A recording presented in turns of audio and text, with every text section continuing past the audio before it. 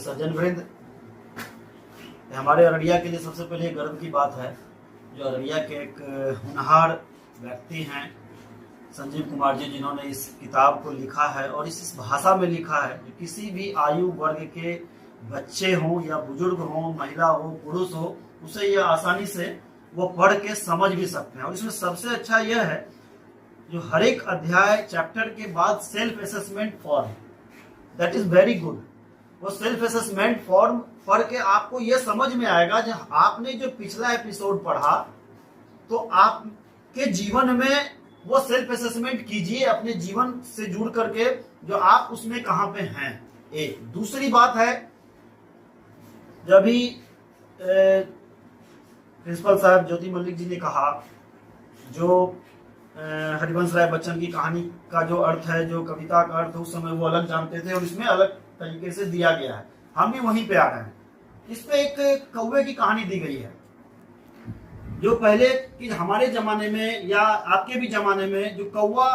को पानी नहीं था तो घड़ा में वो गिट्टी डाल करके वो पानी पीता था। वो कहानी इसमें भी है, लेकिन उसका अर्थ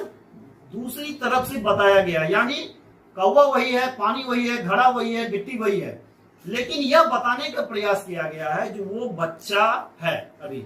और वो अपने पूर्वज अर्थात अपने दादा उस कौवे को याद कर रहा है हमारे दादा ने इस तरह से पानी पिया था।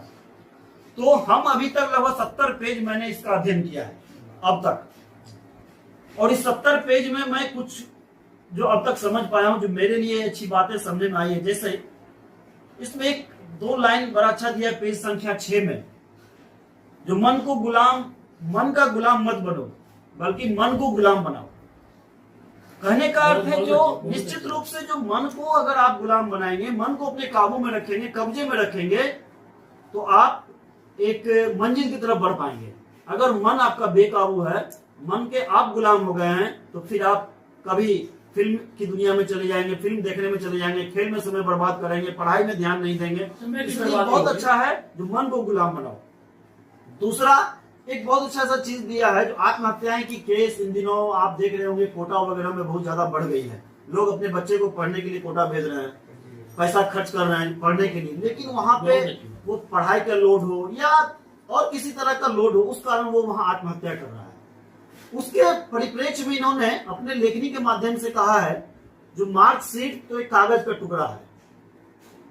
वो सिर्फ आपका फाइल में बंद रहेगा, लेकिन आपका जो पहचान है, आपकी जो मंजिल है, आपका जो हुनर है, आप में जो प्रतिभा है, वो आपको दिखाने के लिए कागज के टुकड़े की आवश्यकता नहीं है।